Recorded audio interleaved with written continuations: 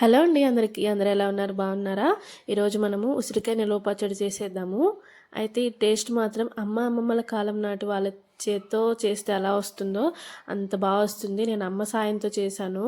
So చాలా అంటే చాలా బాగుంది. ఈ విధంగా ఉసిరికాయలు ఒక 250 గ్రామ్స్ కన్నా కొంచెం ఎక్కువ ఉంటాయి.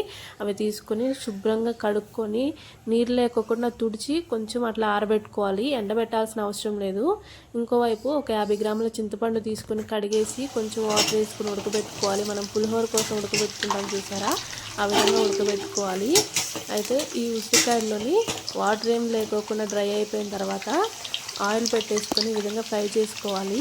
అయితే ఫ్రై చేసుకునేటప్పుడు కొంచెం గోల్డెన్ కలర్లో రావాలి కదా, దానికోసం ఫ్లేమ్ హైలో పెట్టుకోవద్దు.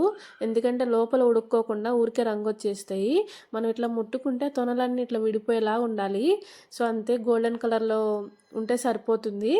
అట్లా కాకోకుండా మనం హైలో పెట్టేసామనుకోండి ఫ్లేము, తొందరగా రంగు వచ్చేసి ఉడకదు.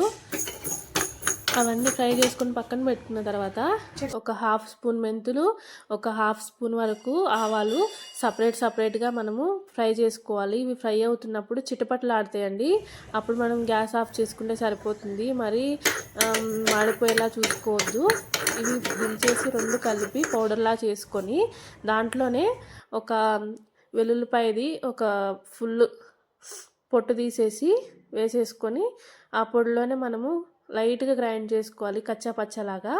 అది పక్కన పెట్టేసుకొని మనం ఫ్రై చేసుకున్న ఉసిరికాయల్లో నేను ఈ గ్లాస్తోని, మనం టీ గ్లాస్ ఉంటుంది కదా, ఆ గ్లాస్తోని ఒక కారం ఈ గ్లాసుడు వేసాను. అయితే చింతపండులో ఉప్పు కూడా నేను ఈ గ్లాసులో సగం వేసాను అనమాట. చింతపండులోనే వేసి ఉడికించాను. సో చింతపండు అనేది ఉడికిపోయింది. అది కూడా దించి ఇంకోవైపు అమ్మ అది దాంట్లో ఉన్న పొట్టంతా తీసేస్తున్నారు. నేనేం చేస్తున్నానంటే తాలింపు పెడుతున్నాను. ఈ తాలింపులో తాలింపు దినుసులు, ఎండుమిరపకాయలు, శనగపప్పు, మినప్పప్పు, ఇంకా కరివేపాకు, కొంచెం అంటే కొంచెం పసుపు, ఇవి వేసి ఫ్రై చేసుకున్న తర్వాత ఇది కొంచెం ఆయిల్ గోరువెచ్చగా ఉన్నప్పుడు మనము ఇంతకుముందు పొడి చేసుకున్నాను కదా అని చెప్పాను కదా, ఆవాలు ఇంకా వెల్లుల్లిపాయి, మెంతులు కలిపి పొడి చేసుకున్నాను కదా, అది ఇందులో వేసేసుకొని ఈ విధంగా కలిపేసుకోవాలి.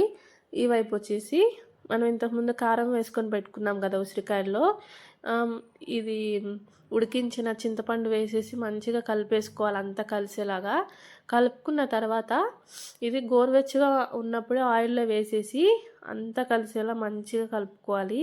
సో మనకి టేస్టీగా ఉండే, మనకి చిన్నపిల్లలు కూడా ఇష్టంగా తింటారు. ఎందుకంటే అంత కారం అనిపించదు. సో చాలా అంటే చాలా బాగుంటుంది. ఈ కొలతలతోటి ఒకసారి కంపల్సరీ ట్రై చేయండి. ఎలా వచ్చిందో కామెంట్ చేయండి. ఇవి ఎక్కువ రంగు మారిపోతుంది కనుక నేను కొంచెమే చేశాను. నేను ఇంతకుముందు నాకు చేయడం అసలు భయం వేసేది, మనం పెడితే దాని లోపల బూజు వచ్చేస్తుందేమో అట్లా అని చెప్పేసి. ఇప్పుడు ఏ టెన్షన్ లేకుండా హ్యాపీగా ఇలా పట్టేసుకోవచ్చు. కొంచెం కనుక ఏ సీజన్లో వచ్చి ఆ సీజన్లో మనం ఈ విధంగా కొంచెం తీసుకున్నా మంచిదే. అందుకని నేను ఎక్కువ పట్టుకోలేదు. ఇదైతే రంగు మారిపోయిద్ది అని చెప్పేసి. వేరే పచ్చళ్ళు అయితే రంగు మారవు కానీ అవి టేస్ట్ బాగుంటాయి కదా. సో ఈ విధంగా నేను తీసి వేరే డబ్బాలో స్టోర్ చేసుకున్నాను.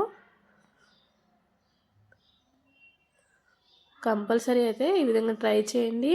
నా ఛానల్ని లైక్ చేయండి, షేర్ చేయండి, సబ్స్క్రైబ్ చేసుకోండి. ఇంకా మరిన్ని మంచి వీడియోస్తో మీ ముందుకు వస్తూ ఉంటాను. ఈ విధంగానే నాకు సపోర్ట్ చేస్తూ ఉండండి.